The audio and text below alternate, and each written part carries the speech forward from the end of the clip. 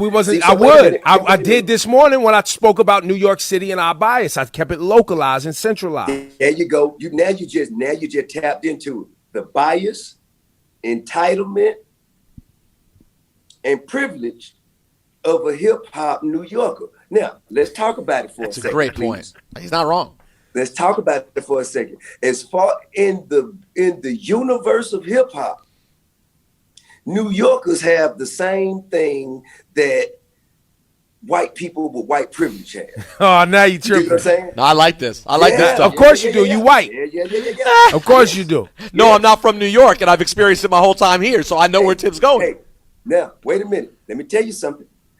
New York, the origin, the mecca of hip hop. Birthplace. The origin, the place, the birthplace. Can't never deny that. Can't never take it away.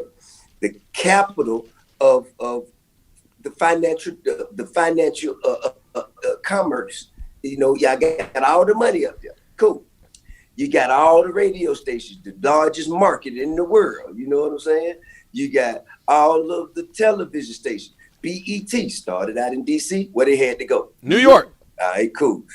Yeah, absolutely. MTV, New York. TRL, overlooks Times Square, right in the heart of New York. Because you You know do what what I'm it, saying? listen, man, because you Source know what it is, magazine. man. Wait. Listen, you know what it don't. Whoa. See, I was trying to be Let unbiased. me finish. But I'm going to keep it 100, Let man. me finish.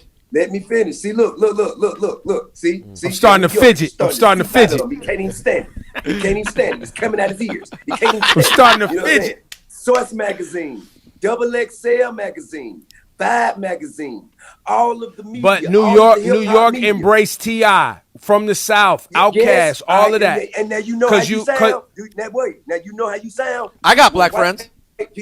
When white people tell black people, well, we treat you all right. Well, police Nah. don't handle you like that. Well, Nah, that's not so how this how you is. doing it? That's not how this is. Well, stop. I understand what Wait. you're trying to accomplish. But that's how you saying it. I'm just trying to show you. I'm going to do you like you the did Candace Owens. subconscious You started with some entitlement. bullshit. I'm going to do you like you did Candace Owens. You Nah, started I'm with telling some you, I bet bullshit. everybody else who ain't from New York. How come Rosenberg see what I'm saying and you don't? No, I understand what you're saying and I see it. I wasn't But, coming from hey, a place let of me bias finish, though. please. When I said that you didn't But have let five, me five finish, classic please. albums. It wasn't bias. No, but I'm not even. Oh shit, y'all. What's up, man? Hit that thumbs up button. So I told y'all, man.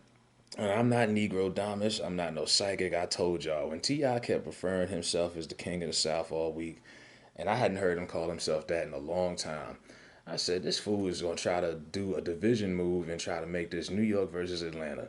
And what the fuck? Did you just see that? He compared hip-hop fans from New York City to white supremacists and said the same privilege that white supremacists have being in this country, that's the same way New York fans, hip-hop fans feel. We have always been dismissive and disrespectful to anybody outside of the city. Now, I'll go on to say, you know what, maybe you had a point back in the 80s or the 90s, but eventually we accepted and embraced the South. And a lot of niggas from New York even tried to act like they was from the South. Half of the New York rappers that you've seen in the last 10 years have taken a lot of the South's culture. I mean, ASAP Ferg and all of them niggas, I mean, that's just an example. But he goes on to say that the biasness, and then he went on to say if 50s was from St. Louis, he'd just be Nelly. I'm like, last I checked, Nelly was just Nelly. Nelly never had the same success with the Lunatics that 50 had with his crew, and he definitely wasn't as impactful, but that was his horrible example. And Rosenberg's corny ass, the half Jew, half wrestling mark. Oh, I completely agree, because I've been here for years, and that's the same thing. Shut up. And I don't even know why he was going so hard at Ebro. Ebro's not even from New York. Ebro's from Oakland or something like that. He's from Cali. You know, Ebro used to take a lot of heat because he was in charge of the Hot 97 playlist, and he was playing mostly Southern rap. The South's been dominating New York airways for about 15 years. And for a lot of New York rappers who was trying to break in the mid-2000s, like Mano, for example, who had a couple of bangers, it was hard for them to get radio play in their own city because Ebro was playing everything else. He was playing Jeezy, T.I., Lil Jon, all of that, you know? So, a lot, like I say, the inferiority complex is real. Now, are there still some biased niggas up here? Of course. But for the most part, that shit is gone. I don't think none of the Southern rap fans from today's era feel that way about New York, because they grew up in an era where the South has just been doing their thing. I don't feel like rappers from the South. You think Future looks at New York the same way with all that animosity? You think Migos feels that way? You know, when they come up to New York and do business, I don't think they feel inferior or they have this anger and animosity or something to prove. T.I. comes from that generation, and they like to reference Andre 3000's "The South Got Something to Say" speech at the '95 Source Awards. That right there, what really happened, they lost. They went up against Smith and Wesson, who was a popular group, and they won. Now, when Outkast accepted that award, this was after Suge had declared war on New York City. So the crowd was a New York crowd, and they were hostile and they were pissed. So anything that was anti-New York from that moment got booed. Even Death Row's whole set got booed, other than Nate Dogg. And then that's when Snoop said, "Y'all don't love us. Y'all don't got no love for Snoop Dogg and Death Row. Dr. Dre, we don't give a fuck. We know where the fuck we at." You know, that's what it was.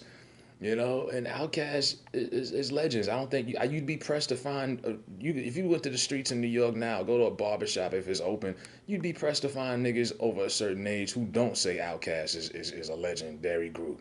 You know, but then you had the real rappers who were secure with their position.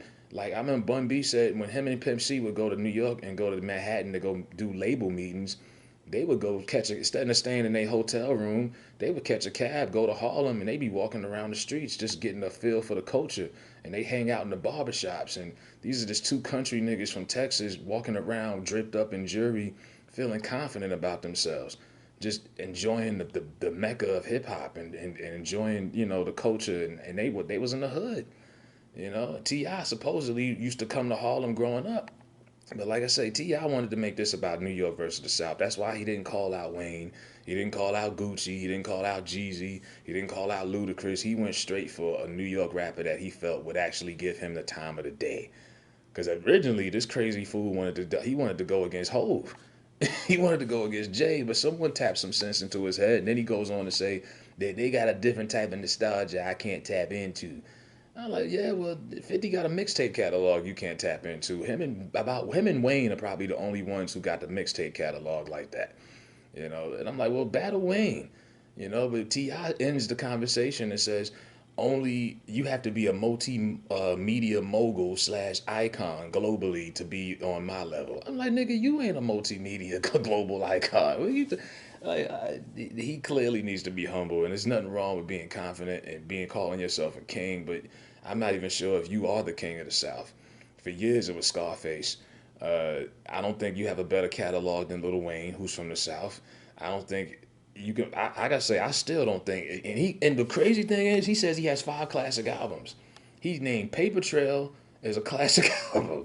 I said, hold up, bro. I could let I'm Serious slide. Trap music, I give you that. Urban Legend. King, okay, it was good. I wouldn't say it was a classic.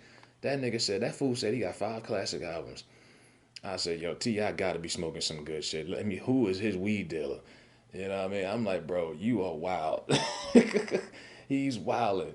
And he just goes on and on about uh, New York, y'all biasness because it's the Mecca. And, yeah, y'all are like white people when y'all say he goes on to compare the famous quote when white people say, "I'm not racist, my best friends are black." He goes on and says that's basically what y'all are saying when y'all say we not biased. I like this Southern artist or that Southern artist. I like, yeah, your comparison is off. It's disrespectful, and you're out of fucking whack.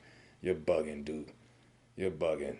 Somebody battle this little nigga so you can humble him because he really thinks his catalog is better than it is. And like I said, T.I.'s catalog is nice. No one's saying it's trash. You know, I just thought his whole approach about this was corny because you're trying to make it about the South versus New York, where that's never really been a rivalry. You know, it was anything. It was just animosity from the South, and New York was dismissive of the South. But the same way New York dismissed the South and overlooked them, L.A. did the same thing. You know, how many Southern artists was on death row back in the day? Why y'all don't call LA out for their biasness? You know, I guess because they not the Mecca. But yeah, this was what this was all about the whole fucking time, like I knew it. And he finally came out to the forefront. He couldn't find another rapper of his status, I guess, from New York that he could battle. You know, I would have him and Jadakiss. I would have that would have been cool, but Jadakiss just did it a few weeks ago. So T.I. only wants to battle someone from New York, apparently, who has a nice presence and stature. And if it's not, he ain't. The king of the South won't even battle someone for the South to see who can take the actual crown. Conquer your own region first. Conquer your own city, because Future been running Atlanta for the last few years. Him and Migos. Gucci had it before that. You know, in the early 2000s, when you first came out, Ludacris had Atlanta on Smash. And then when Jeezy came out with Thug Motivation, I said this in a poll, what album that T.I. dropped had a bigger impact? Facts over feelings. I don't care. You might like it better. T.I. never put an album out that had a bigger impact than Thug Motivation 1-on-1, Jeezy's first album. That shit changed that shit shifted the whole culture. Jeezy had niggas wearing Can't Ban the Snowman shirts. People was getting kicked out of school for that shit. You know what I mean? You ain't never had that type of an impact on any of your projects, even the good ones, even the classic ones. But you want to jump everybody else, jump over all of them niggas, and just go straight to the moon and go for New York City. And like I said, no one's entertaining this. I hope not. Don't even buy into it. You just causing division. And like I say, I don't think current Southern rappers even view New York the same way. Because like I say, the landscape that they grew up in, the South has been doing their thing. That's all they know. You think NBA YoungBoy feels that way? You think who else you want to throw in there? Kodak Black is from Florida. J. Cole is from North Carolina. I don't think they feel that same animosity. You know, they grew up in a different time. And T.I. still holding on to that old school shit. This nigga's crazy, man. Let me know what y'all think about T.I. comparing New York hip hop fans to white supremacists.